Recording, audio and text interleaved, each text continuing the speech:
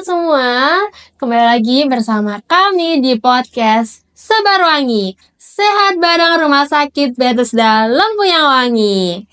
Oke, taruh teman-teman semua, kita tuh punya jargon nih sebelum kita mulai. Nah, jargonnya itu adalah sebar, sebar, sehat, sebar wangi. Nah, pasti teman-teman semua penasaran kan bersama kita di sini. Ini podcastnya tentang apa sih sebenarnya? Sebelumnya saya perkenalkan diri dulu nih. Nama saya Valen yang akan menemani teman-teman Sobat Wangi semua dalam podcast pada hari ini. Teman-teman, apakah ada yang belum pernah mengalami sakit? Ayo, pasti hebat dong kalau kalian semua belum pernah sakit, ya kan? Nah, jika kita sedang sakit, tentu saja kita pasti akan pergi ke dokter, betul? Betul. Untuk mendapatkan obat biar kita tuh lekas membaik dan cepat sembuh. Nah, teman-teman Sobat Wangi, kalau kita sakit, tak jarang kan kita pasti dengar dari ada dokter, ada perawat, ataupun ada apoteker mungkin dari farmasi ya. Pasti kan bakal bilang, obat ini Pak, Bu, harus dihabiskan ya. Harus dihabiskan dan jangan terputus. Ya, tapi kadang kita kan suka ngeyel ya teman-teman ya. Kita nggak habisin, kalau kita udah sembuh ya sudah nggak dihabiskan. Padahal sebenarnya obat itu tuh ya sampai kita sembuh, betul. Kemudian pasti banyak banget kan yang berpikir, kenapa sih obat ini harus habis? Ribet banget deh. Nah, untuk itu biar kita tuh nggak berpanjang pikir dan kita nggak banyak bertanya-tanya, kita datangkan di sini ada dengan apoteker Kak Putri. Sobat Wangi semua. Halo, selamat pagi semuanya, Sobat-Sobat Wangi. Perkenalkan saya Apoteker Putri, bisa dipanggil Kak Putri ya. Iya. Terima kasih banyak, saya boleh bergabung ya bersama Mbak Valen, Kak Valen yang cantik dan wangi. Waduh, sama dong kayak podcast hari ini ya, Bu. Maaf, Kak Putri ini cantik sekali hari ini ya. Wah, udah siap nih pasti untuk menjelaskan ke sobat-sobat wangi semua ya. Iya, karena sobat-sobat Mm-mm. pasti akan mendapatkan informasi yang terbaik dari kami seputar terkait antibiotik. Oh iya, sudah siap sekali ya ini, Kak. Oke, Kak, senang sekali Kak Putri bersama kami di sini. Wah, pelayanannya tetap berjalan dengan lancar ya, Bu, di Rumah Sakit Bethesda Lempuyang Wangi. Ini gimana sih Kak pelayanan di Bethesda Lempuyang Wangi itu dalam setiap harinya? Bisa dijelaskan nggak, Kak? Oh iya, jadi walaupun saya ada di sini, Mhm. tapi tetap pelayanan kefarmasian tetap berjalan juga, baik untuk rawat jalan, rawat inap, IGD, ICU semua berjalan baik ya, Mmm. gitu. Dan kalau memang di farmasi sendiri sih 24 jam itu untuk rawat inap, IGD, ICU, sedangkan untuk rawat jalan hanya di hari-hari kerja efektif dan jam 7 pagi sampai jam 9 malam, Wah, luar gitu. biasa ya, Kak. Ternyata pelayanannya tuh 24 jam Iya. 7 hari nonstop ya, Kak? Iya, Wah, tolong luar dulu urusan biasa ini. belakang Oh, pokoknya, semua untuk pasien kita. wah itu saya paling suka itu, tolong dulu urusan belakang. Wih, Iya. gitu ya. Wah, tetap keren sih, Kak, menurut saya ya. Gimana sih, Kak, kok kita itu menolong banyak orang sakit, tapi sesuai dengan slogan itu ya, Kak. Terus, saya tuh penasaran, Kak. Tadi kan Mhm. topiknya antibiotik ya. Sebenarnya tuh Mhm. ramai banget kan di pasaran antibiotik, kenapa sih harus dihabiskan gitu? Pasti Sobat Wangi kan juga penasaran, kenapa sih harus dihabiskan? Nah, mungkin bisa dijelaskan, Kak, seperti apa sih itu antibiotik? Sobat-sobat wangi sekalian, mungkin tidak asing dengan nama antibiotik ya. Mungkin pernah mengenal yang namanya amoksisilin? Ya, amoksisilin salah satu dalam golongan antibiotik, salah satu Mhm. contoh obat antibiotik. Nah, antibiotik itu sendiri apa sih? Nah, antibiotik itu adalah obat yang mekanisme kerjanya sebetulnya membunuh bakteri ataupun dia menghambat pertumbuhan bakteri. Mmm. Nah, bakterinya itu harus bakteri yang jahat ya. Nah, di sini makanya kenapa sih pasien-pasien atau masyarakat tidak boleh beli antibiotik itu secara bebas di luar. Nah, Mmm. karena kan ada yang namanya dia membunuh untuk bakteri gitu kan. Mmm. Nah, Mhm. sedangkan kita ketika mengeluh sakit nih apalagi saat hujan ya, Mhm. cuaca tidak mendukung, biasa ya pilek, Iya. batuk Mhm. ya kan, kurang dari 3 hari sudah tiba-tiba pengen cari apotek beli antibiotik. Nah, Jangan dilakukan ya, Dik, ya, jangan. Karena memang untuk antibiotik sendiri itu khusus untuk mengobati infeksi bakteri, bukan infeksi Oh virus, gitu. gitu. Jadi antibiotik itu untuk infeksi bakteri. Dengerin tuh teman-teman sobat wangi. Bakteri, bukan infeksi mantan ya. Sorry, salah guys. Jadi tadi ya, jangan ya Dek beli antibiotik di apotek sendiri, apalagi tanpa diagnosis dokter. Bahaya ya kan Bu? Iya, Keren gitu. banget lagi kan antibiotik nih. Luar biasa emang. Iya. Dan teman-teman Sobat Wangi harus tahu juga yang namanya bakteri itu ada bakteri yang jahat, Mm-mm. ada bakteri yang baik. Ya, kita di dalam pencernaan itu ada proses pembusukan. Itu nggak mungkin terjadi bila tidak ada bakteri yang baik atau yang biasa kita namakan flora normal di usus gitu. Nah, kalau misalkan kita minum antibiotik tanpa aturan yang sesuai dan petunjuk dokter, tanpa sesuai resep dokter. Nah, berbahayanya apa? Bisa membeli atau minum antibiotik itu sangat lama, itu yang berbahaya juga ya. Atau misalkan minum antibiotik terlalu cepat, tidak sesuai dengan protokol terapinya. Nanti yang dibunuh itu bisa juga flora normalnya gitu. Padahal flora normal itu sangat berfungsi baik bagi kesehatan pencernaan kita ataupun hal yang lain dalam tubuh manusia. Biar ada keseimbangan gitu ya. Tuhan sudah berikan itu sempurna gitu ya. Oh, luar biasa ya Tuh. antibiotik. Wah, ternyata begitu besar ya perannya antibiotik ini ya untuk tubuh kita ya, Bu ya. Syukur-syukur ya Bu, antibiotik ini bisa mencegah kita ketika kita tuh sakit, mungkin pas demam atau gimana. Jadi kita tuh kalau sakit ya kita tanyakan dulu dong dengan dokter. Jadi kita harus periksa dulu baik rumah sakit ataupun ke ini ya, mungkin rumah sakit ibu ya yang sedang bekerja ini ya, Betes Dalam Iya, yang Wangi ya rumah sakit teman-teman ya. Dalam yang Wangi. Luar Tolong dulu biasa. urusan belakang. Betul, oke. Bu, ini kan antibiotik nih. Mhm. Sebenarnya tuh sobat-sobat wangi tuh juga penasaran loh. Mhm. Gimana sih penemuannya antibiotik itu? Oh, karena ceritanya antibiotik itu bisa ditemukan ya teman-teman. Oke. Bisa aja, Bu. Iya. Jadi antibiotik itu pertama kali ditemukan oleh Pak Alexander Fleming. Ya, Bapak Alexander Fleming itu di tahun 1926 melakukan kultur bakteri. Dan saat dilakukan kultur, kenapa bakterinya kok tidak tumbuh-tumbuh? Suatu hal yang di luar biasanya ya seperti itu. Sehingga Bapak Alexander Fleming melakukan terus pemeriksaan mikrobiologi, diambillah isolat tersebut. Ya, yang di tengah itu ada yang tidak tumbuh bakterinya. Lalu diambil isolatnya dan dilakukan penelitian. Ternyata itu yang dinamakan antibiotik penisilin. Oh, Pernah mendengar mungkin Sobat Wangi antibiotik penisilin? Nah, ketika tahun 1940 itu kan memang kita sedang di dunia itu sedang mengalami perang dunia ya. Nah, sebelumnya itu banyak sekali tentara-tentara yang meninggal karena infeksi dan infeksinya itu karena infeksi bakteri.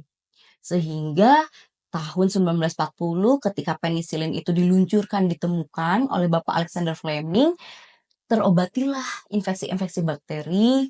Ketika perang terjadi, tentara-tentara banyak yang diselamatkan. Makanya penemuan antibiotik ini termasuk dalam penemuan revolusioner. Demikian teman-teman gitu. Nah, dari penisilin nanti kan butuh waktu agak lama lagi, ada amoksisilin ya kan, kemudian ada turunannya loh teman-teman, ternyata dari amoksisilin golongan beta laktam tuh ada cefalosporin juga dengan berbagai generasi. Namun satu hal yang harus kita tahu, penemuan antibiotik tersebut membutuhkan waktu yang sangat panjang wow. gitu. Jadi kita betul-betul harus menghemat sebetulnya dari tenaga medis, tenaga klinis, dan semua pasien juga harus memiliki kecerdasan dalam penggunaan antibiotik. Harus sangat bijaksana karena membutuhkan waktu yang panjang dalam penemuan antibiotik. Apabila antibiotik yang satu sudah tidak mampu untuk membunuh bakteri kan harus menunggu antibiotik yang lebih mutakhir lagi gitu kan untuk membunuhnya. Makanya kita harus betul-betul bijaksana saat menggunakan antibiotik. Gitu. Wow, luar biasa, sangat panjang perjalanan antibiotik ini ya, Bu. Iya. Berarti kami tuh harus bersyukur sama Pak, siapa tadi? Alexander Fleming. Alexander Iya. Fleming ya, diinget ya teman-teman ya, Alexander Fleming, we. Kita harus berterima kasih banyak nih sama beliau ya, udah munculin antibiotik. Jadi antibiotik itu bukan cuman untuk Mencegah, bukan mencegah ya, Bu, tapi Ini berarti kita sama-sama belajar nih teman-teman. hmm, Apa sih jenis-jenis antibiotik, ya ya kan? Ya, jadi teman-teman juga harus tahu bahwa saat ini di WHO dalam Global Kesehatan Dunia itu sangat memprakarsai yang namanya pengendalian resistensi antimikroba. mhm, Ya, di dalam jenis antibiotik ini kita harus tahu juga mekanisme kerjanya. Dan semua itu sebetulnya ada dalam referensi dan literatur yang sesuai. Ada dalam pedoman penggunaan antibiotik PMK nomor 28 tahun 2021. Itu mmm, sudah ada. Nah, jenis-jenis antibiotik berdasarkan tujuan penggunaan antibiotik. Nah, mhm, ada antibiotik yang digunakan untuk profilaksis dan antibiotik yang digunakan untuk terapeutik. mmm. Apa sih ini profilaksis ya? Wah, Penasaran ya? penasaran banget nih, Bu. Jadi antibiotik profilaksis itu adalah antibiotik yang digunakan untuk mencegah. Tadi Kak Valen sempat menyebutkan mencegah ya. Mhm, Ya betul, ada antibiotik yang gunanya untuk mencegah oh, infeksi bakteri. iya Nah, iya. kenapa? Karena kasusnya pasien datang tanpa membawa infeksi dengan diagnosa tanpa infeksi, membutuhkan tindakan operasi, maka diberikanlah antibiotik tersebut, Mmm, antibiotik profilaksis yang diberikan bisa sebelum, saat, atau sesudah maksimal 24 jam pasca operasi oh, insisif atau pembedahan untuk mencegah terjadinya apa? Infeksi daerah operasi gitu. Itu namanya antibiotik profilaksis. Contohnya adalah cefalosporin generasi 1 yaitu cefazolin gitu ya. mhm, Itu semua ada di dalam referensi di pedoman penggunaan antibiotik PMK nomor 28 tahun 2021. Kemudian selanjutnya kita beranjak ke tujuan penggunaan antibiotik terapeutik. Itu ada dua, antibiotik empiris dan antibiotik definitif. Nah, kalau antibiotik empiris itu kita belum tahu pasti sebetulnya bakteri penyebabnya apa, namun dari diagnosa-diagnosa itu sudah ada pedoman penggunaan antibiotiknya. Misalkan contoh diagnosa pneumonia. Pneumonia kan ada yang community acquired pneumonia, hospital acquired pneumonia gitu ya, ada ventilator acquired pneumonia. Itu jelas bakterinya apa, misalkan Mycobacterium pneumonia gitu ya. Nah, nanti pemberian antibiotiknya ya berdasarkan pedoman penggunaan antibiotik tersebut gitu, tanpa melakukan kultur gitu ya. Dari pola medan kuman, dari PPK juga bisa dilakukan penegakan diagnosa dan pemberian terapi yang sesuai gitu ya.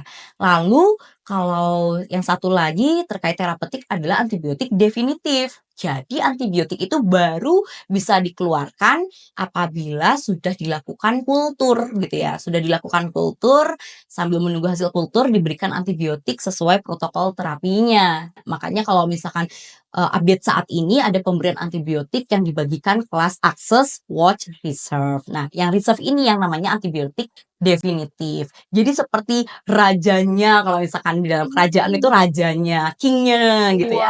wow, Jadi luar itu biasa. memang harus dijaga, nggak boleh dengan mudah dikeluarkan antibiotik tersebut, Valen. Itu tidak baik ya.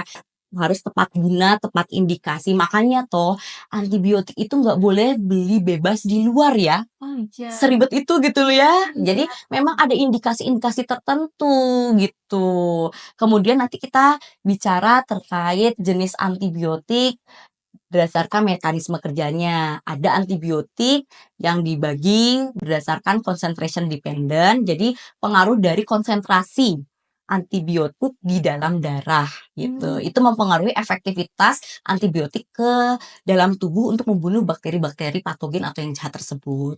Kemudian juga ada bakteri antibiotik maaf yang mekanisme kerjanya time dependent. Jadi dipengaruhi lamanya paparan antibiotik di dalam tubuh gitu untuk wow, membunuh bakteri. Makanya kalau kalian pernah mendengar antibiotik dosisnya 3 kali 1, 4 kali 1. Nah, beda sama antibiotik yang 1 kali 500 miligram. Dia butuhnya konsentrasi yang besar dalam tubuh gitu loh untuk memberikan efek terapi dan di atas MIC mmm, gitu. Minimum inhibitor concentration gitu.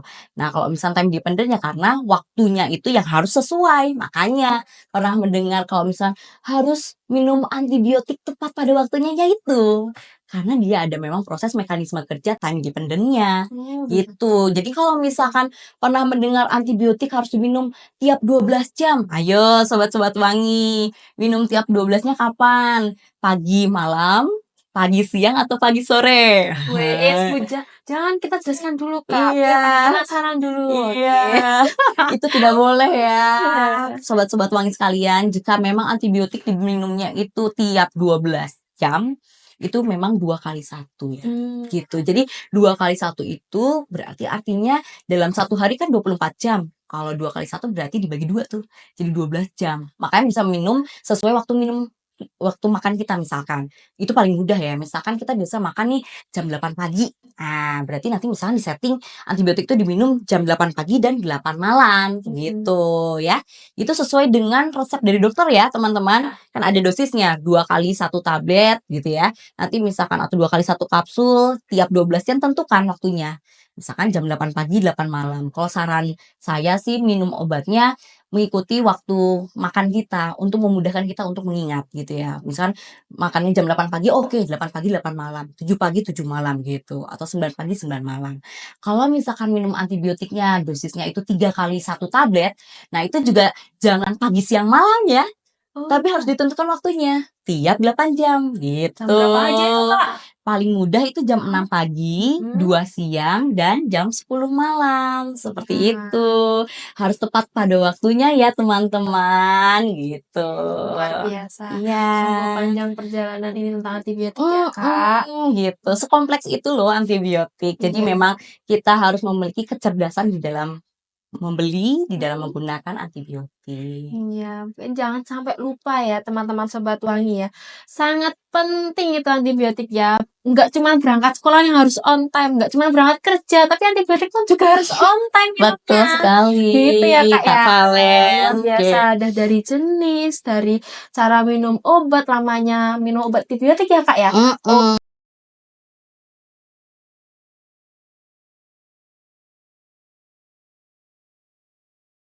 Halo teman-teman Sobat Wangi semua, kembali lagi bersama kami, saya Farah dan Kak Putri dalam podcast Sebaru Wangi. Sehat bareng Rumah Sakit Bethesda Lempuyang Wangi. Nah, jargon dulu nih Kak Putri. Oke. Jargonnya, kita mulai ya. Iya. 1, 2, 3. Sebar sehat, sebar wangi. Wah, luar biasa. Masih semangat ya, Kak? Ya. Masih full nih dari awal sampai sekarang kita mulai lagi ya, Kak? Oke, pagi-pagi kita harus semangat. Kita harus Iya. sehat ya. Dan wangi. Sekali. Sobat Wangi, jangan lupa untuk selalu tersenyum dan selalu semangat, oke? Nah, Kak, dengar-dengar nih, minggu ini tuh lagi ada namanya WAAW. Apa sih, Kak, itu?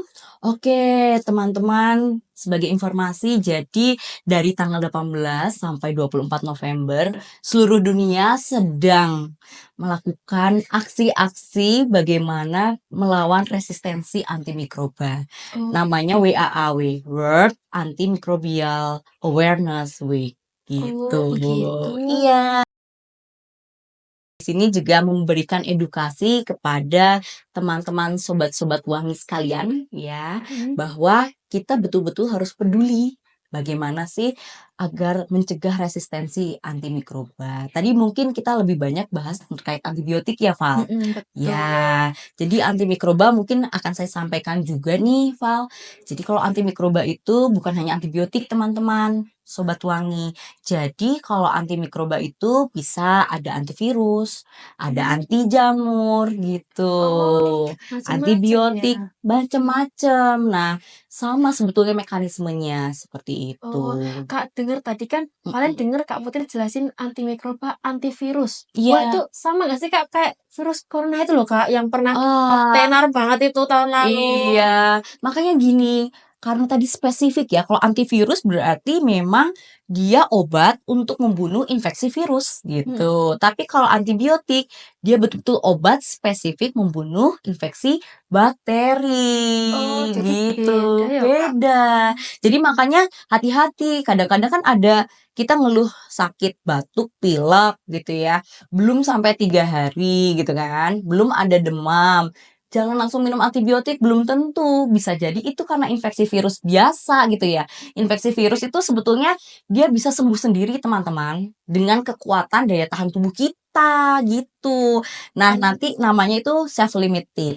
gitu ya, self limited. Jadi dia ada usaha dari daya tahan tubuh kita untuk memerangi nih, gitu ya, memerangi virus yang ada, begitu. Oh, Jadi keren jangan ya. langsung tiba-tiba latah harus beli antibiotik di luar gitu ya, Iya tanpa ya? resep dokter. Iya, nggak boleh. Jangan ya, Oh, Dek, ya, jangan. jangan ya Dek ya, tuh udah diingetin sama Kak Putri, jangan Iya, beli di luar ya. gitu. Oh ya Kak, kan kalian tuh jadi penasaran deh Kak, tadi kan Mhm, bilangnya jangan beli di luar. Nah mhm. terus kalau misal nih, ternyata kalian tuh punya Kak di rumah antibiotik. Nah, tapi itu udah bekas kemarin gitu loh. Boleh nggak langsung diminum? Ya nggak boleh ya. Oh, Makanya tadi saya sempat sampaikan antibiotik itu kan betul-betul harus tepat indikasi, mhm, tempat guna. mhm. Nah, tepat kondisi penyakitnya seperti itu. Makanya antibiotik itu harus dibeli berdasarkan resep dokter, berdasarkan kondisi terakhir saat ini. Seperti Oh itu. gitu, Iya, oke. karena apalagi terkait kondisi saat ini apakah betul karena infeksi bakteri bukan. Oh Dan iya. antibiotik nggak boleh dibagi buat orang lain loh ya. Memang berbagi itu indah, tapi berbagi obat itu sama sekali tidak indah, teman-teman. Tidak boleh ya, jangan ya, Dik, ya. Gitu. Luar biasa ya. Kita Mhm. sering berbagi kado nih, nggak berbagi Iya, antibiotik ya, Kak, ya? jangan. Karena kan Mmm, kondisi setiap orang tuh berbeda-beda ya. Makanya kita harus periksa sama dokter, apalagi kalau sakit lebih dari 3 hari nih ceritanya, gitu. Kan kalau ada beberapa memang diagnosa-diagnosa penyakit akibat infeksi virus nih, contoh ya, kayak vaksin influenza, seperti itu, cacar air, campak, COVID-19 kemarin ya kan, kemudian hepatitis. Nah, itu tidak membutuhkan antibiotik, teman-teman, butuhnya antivirus, oh seperti gitu. itu.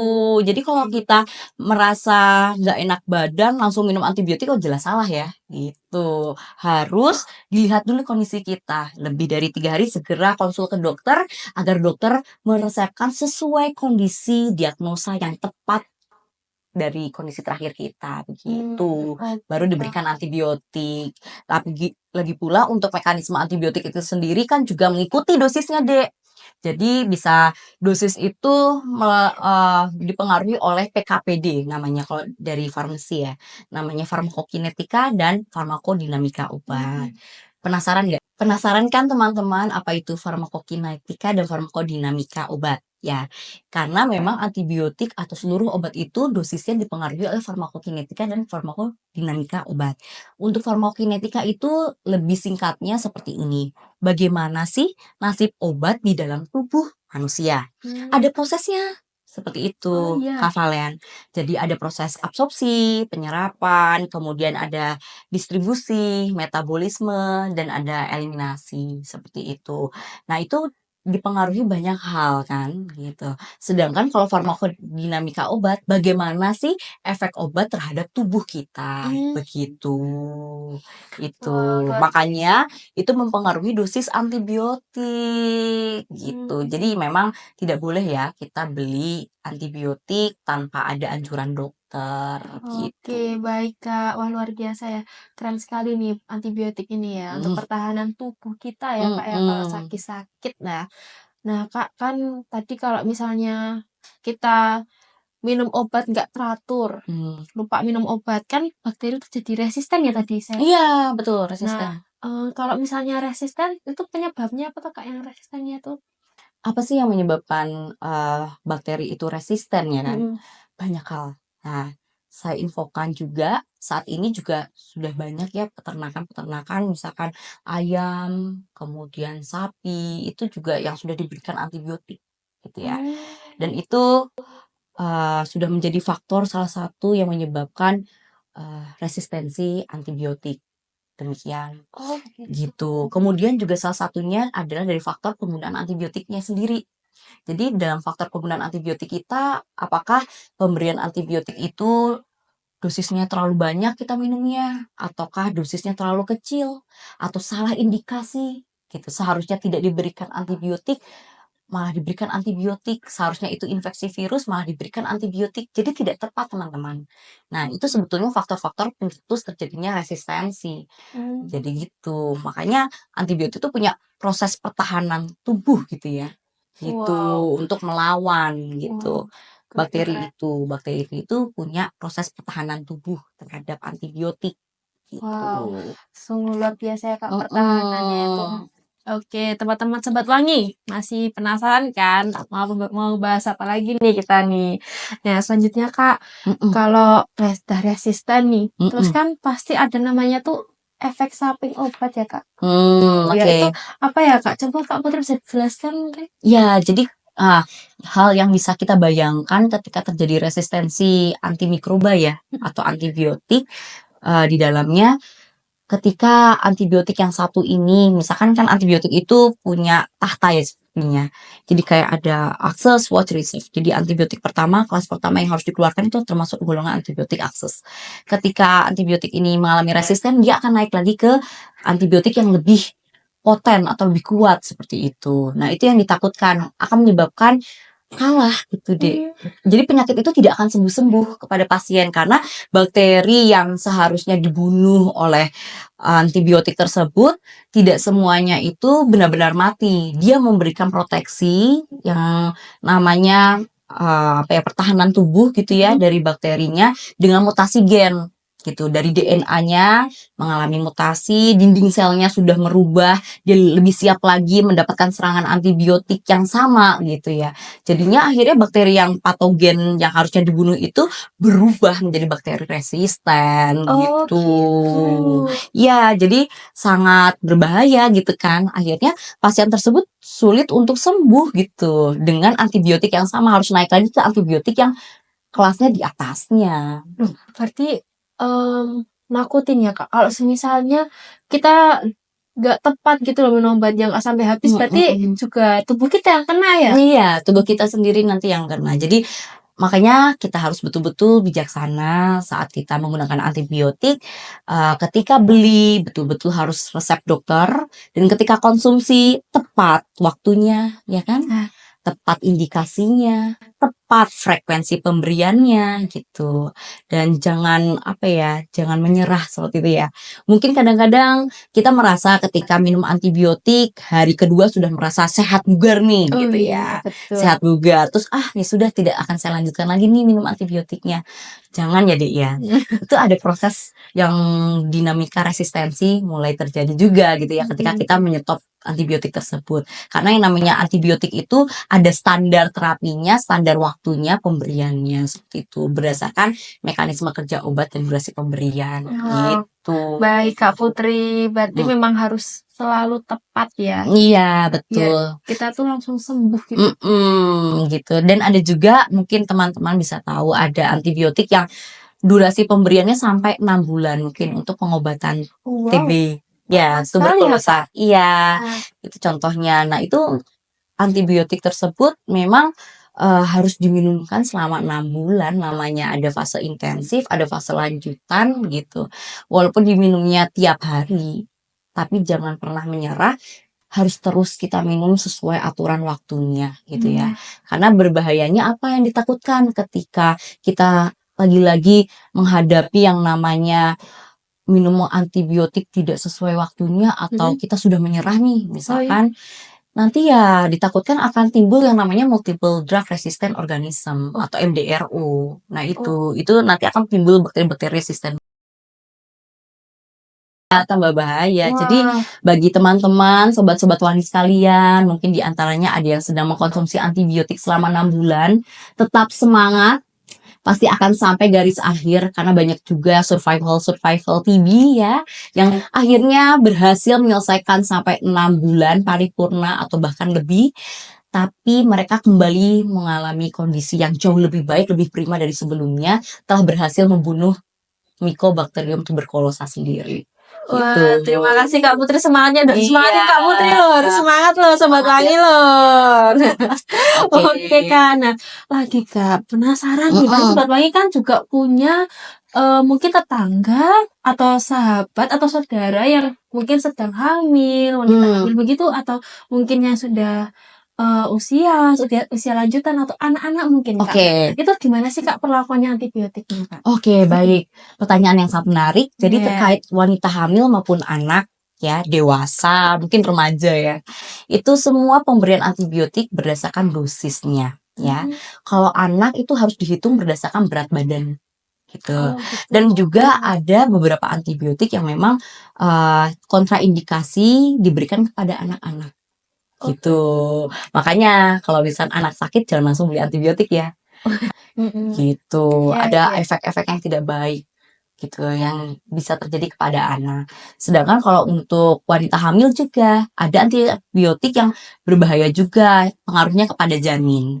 Jadi ada antibiotik tertentu yang hanya boleh diberikan ketika kondisi memang wanita hamil gitu. Jadi ada antibiotik khusus seperti itu yang aman untuk wanita hamil gitu. Dia nggak akan memberikan kondisi yang buruk kepada janin karena antibiotiknya tidak menembus kepada janinnya ibu gitu. Oh, gitu. Ya, jadi aman gitu. Nanti kalau untuk wanita hamil itu ada yang namanya safety index pregnancy. Jadi indikator kehamilannya, keamanan pemberian obat. Jadi jangan sampai terapi itu menembus janin gitu ya, blood brain barrier-nya janin. Gitu. Tadi kan ada tips pregnancy-nya ya, Kak. Mm-mm. Itu kalau misalnya kita kan orang awam nih, Mm-mm. penasaran, kita browsing-browsing nih, Kak. Mm-mm. Boleh nggak sih, kan kita udah dapat edukasi dari Kak Putri Mm-mm. tentang antibiotik, jenis-jenisnya, nggak boleh sembarangan wanita hamil sama Mm-mm. anak-anak. Mm-mm. Boleh nggak kalau kita tuh kepo-kepo, kita coba-coba, terus kita tuh beli gitu misalnya. Tapi kita juga tanya nih dengan apotekernya. Oh iya, Gitu, gimana sih? kalau kepo itu ya nggak boleh ya. Kalau misalnya kepo yang baik oke ya. Oke. Kepo baik untuk edukatif itu penting baik ya. Karena nanti kita bisa sesat di jalan ya kalau kita tidak tanya. Tapi kalau misal sampai membeli tanpa resep itu yang berbahaya sih. Oh, yang Kalau penting menurut itu saya. ya. Makanya kita tadi sudah didahului bahwa kita harus hati-hati, kita harus bijaksana ketika kita mau mengkonsumsi antibiotik. Beli juga harus dari apotek ya dengan resep dokter dan dilakukan monitoring sebetulnya efek terapi dari antibiotik tersebut. Dan jangan lupa teman-teman sekalian, yang namanya obat itu kan pasti akan ada efek samping obat dan itu sangat individual sekali. Ada efek samping obat dari ringan sampai berat. Kalau antibiotik itu umumnya mayoritas itu memang pengaruhnya ke saluran pencernaan. Oh, Gitu. Itu juga yang harus kita perhatikan. Semakin kita tidak boleh ya beli antibiotik bebas di luar tanpa resep dari dokter karena tidak ada yang monitoring juga seperti itu ya. Iya. Gitu. Kemudian jangan lupa teman-teman ketika sobat-sobat wangi sekalian misalkan periksa kepada dokter harus menyampaikan teman-teman itu apakah ada alergi obat atau tidak. Itu wajib sekali disampaikan. Alergi itu bisa contohnya biduren ya, gatel-gatel, sesek, bahkan ada yang sampai sesek, merah-merah seperti itu. Nah, itu tanda-tanda alergi. Nah, itu harus disampaikan kepada dokter. Ada beberapa mungkin pasien berdasarkan genetikanya gitu ya, tidak cocok gitu ya terhadap antibiotik tertentu dan itu wajib harus ada tercatat di dalam medical record gitu dan harus selalu disampaikan. Keluarga yang mendampingi juga harus mengingatkan kepada dokter gitu ya bahwa pasien memiliki alergi terhadap obat tertentu gitu karena ada 3 hal yang harus diperhatikan sebelum penentuan terapi seperti alergi, kontraindikasi dan interaksi obat. Nah, salah satunya untuk alergi itu memang peran aktif dari teman-teman sobat-sobat wangi ketika menjadi pasien seperti itu harus menyebutkan alergi obatnya. Gitu. Oh, jadi memang selalu dipantau dan pasti tuh kalau misalnya kita periksa ya pasti tercatat ya pasien ini tuh memang harus habis enggak antibiotiknya atau apakah ada resisten, apakah ada efek samping begitu ya. Mungkin tidak boleh sembarangan tadi ya. Karena semua ada riwayatnya ya, riwayat ya. obat, riwayat penyakitnya itu semua terrecord. Iya, baik. Terima kasih Kak Putri. Kemudian sebenarnya ada nggak sih Kak kalau terapi non obatnya? Oke, terapi non obat. Jadi gini teman-teman, tadi juga kita bahas terkait infeksi virus ya. Terkait infeksi virus ada yang namanya proses self limited. Itu tuh kan memang kekuatannya dari daya tahan tubuh atau imunitas mungkin ya. Nah, itu bisa terbentuk apabila kita makan makanan yang bergizi, ya seimbang, nutrisinya oke. Itu sangat memudahkan daya tahan tubuh kita itu untuk berperang melawan infeksi seperti itu. Jadi dan jangan lupa harus istirahat yang cukup. Tolong kurangi gorengan gorengan-gorengan ya. Wah, itu Mungkin yang generasi Z ya yang suka itu nikmatnya cimol, dunia itu, Bu. cirengnya. Apalagi kalau sedang sakit, tolong ya makan makanan yang bernutrisi dan gizi seimbang seperti itu. Dan kalau misal kamu menanyakan terkait gizi yang seimbang itu bagaimana sih kalau untuk melawan infeksi misalkan Mm-mm. atau penyakit-penyakit tertentu, bisa juga konsultasi kepada ahli gizi kami di Rumah Sakit Bethesda Lumpiang-Wangi. Wah, ini sangat komplit ya Kak. Rumah sakit Bethesda Hmm, Lumpiang-Wangi ini ya yang kan. luar biasa. Ya, karena di dalam pelayanan kepada pasien harus melakukan pelayanan secara paripurna, berkoordinasi antar profesional pemberi asuhan, gitu ya. Wah. Salah satunya adalah dietisen, Mhm. pasti dokter sebagai leader utama, kemudian peran perawat, bidan, apoteker. Kami berkoordinasi bersama untuk memberikan pelayanan prima terbaik kepada pasien kami, gitu. Wah. Sesuai asuhannya masing-masing. Luar biasa ya Kak, Oke. di Rumah Sakit Bethesda Lumpiang-Wangi ya Iya. tadi ya. Wah, itu kalau saya periksa di Bethesda Lumpiang-Wangi itu kan tadi bisa tanyaan obat, tanya apoteker gitu Oh kan iya, Kak, bisa. slogannya ya biasanya ya. Itu bisa nggak sih Kak kalau misalnya saya periksa, Mm-mm. tapi obatnya tuh saya nggak bisa ambil, langsung Oh. diantar gitu. Ada nggak sih Kak program kayak gitu tuh? Ada. Rumah Sakit Bethesda Lumpiang-Wangi memiliki program khusus untuk pengantaran obat, teman-teman, ya, yang dinamakan program Bel Santer. Bethesda Lumpiang-Wangi siap antar obat. Nanti akan ada biaya sesuai dengan jarak tertentu. Tapi yang pasti teman-teman tidak perlu menunggu lama di farmasi, gitu ya. Iya. Nanti teman-teman duduk di rumah dengan melihat cek handphonenya. Nanti kami akan hubungi juga kapan waktunya, kami akan menyampaikan ketika obat akan diantarkan. Dan teman-teman jangan lupa melakukan verifikasi, yaitu sama-sama mengecek ya obat yang sudah diterima itu sesuai atau tidak. Seperti itu. Dan sama-sama kita harus mengerti obat yang kita dapatkan. Jika ada yang masih bingung dengan obat yang diterima atau obat yang akan dikonsumsi, harus segera tanyakan kepada rumah sakit ya, gitu. Wow, luar biasa, sangat mudah ya Kak caranya. Ternyata semakin maju juga nih perkembangan dari Rumah Sakit Bethesda Lumpiang-Wangi ya Kak ya. Iya. Dari ambil obatnya mudah, kemudian dari proses antrian, periksa, sampai ambil obat pun kita nggak perlu menunggu lama ya Kak. Bisa Iya. diantar ya. Bisa Nggak diantar. cuma ngantar di Gojek aja ya teman-teman Sobat Wangi ya. Obat bisa diantar sampai rumah loh Sobat Wangi. Luar biasa nih. Iya. Rumah Sakit Bethesda Lumpiang-Wangi ya. Oke. Tidak terasa ya Kak, sudah begitu lama kita berbincang-bincang tentang antibiotik ya Kak ya. Sobat Wangi semua, sudah dijelaskan dari apa itu antibiotik, kemudian cara penggunaannya, dari tadi jalan cerita adanya antibiotik gitu ya. Kemudian dari terapi obatnya, resistennya, efek samping obatnya, pasti sudah dicatat kan Sobat Wangi semua. Jangan lupa ya, selalu diingat antibiotik itu dia itu sangat penting perannya untuk kesehatan tubuh teman-teman Sobat Wangi semua. Jadi jangan sembarangan ya. Jangan ya Dek ya, tadi kata Kak Putri ya. Iya. Iya ya Kak ya, oke. Nah Sobat Wangi semua, sudah tahu kan tadi sudah penjelasan dari awal hingga akhir dengan Kak Apoteker Putri, betul?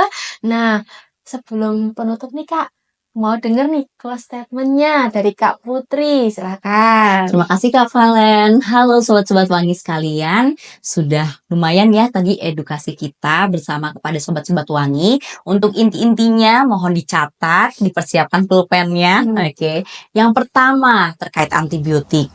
Jangan pernah beli bebas tanpa resep dokter ya. Cakep. Kemudian yang kedua, ketika sakit lebih dari 3 hari harus segera periksa kepada dokter. Oke. Dan yang ketiga, gunakanlah antibiotik tepat indikasi, tepat dosis, tepat waktu pemberian, tepat frekuensi pemberian, dan waspada terhadap efek samping obat. Apabila ada alergi, harus disampaikan kepada dokter ya. Kemudian yang terakhir adalah kita jangan sampai berbagi antibiotik atau obat kepada orang lain ya. Berbagi itu indah, tapi tidak dengan obat ya. Disesuaikan pada kondisi masing-masing. Demikian dari saya mungkin. Wah, luar biasa. Sungguh luar biasa ya, Bu. Penjelasan dari Kak Putri ini. Oke, Kak, sebelum menutup nih, Kak, kita jargon dulu yuk. Oke, Masih terus ingat pakai kan? gerakan. Iya dong, Oke. biar semangat dong. Sobat Wangi kan udah menanti jargonnya. Oke, Baik. jargon kita ya, Kak. 1, 2, 3. Sobat sehat, sebar wangi. Terima kasih Kak Putri. Terima kasih juga Kak Iya. Valen. Terima kasih Sobat Wangi semuanya. Jangan lupa ya, tonton kami di podcast Sebar Wangi berikutnya dengan saya Kak Valen dan dengan Kak Putri. kami yang pamit undur diri. Terima kasih dan sampai jumpa. Dadah.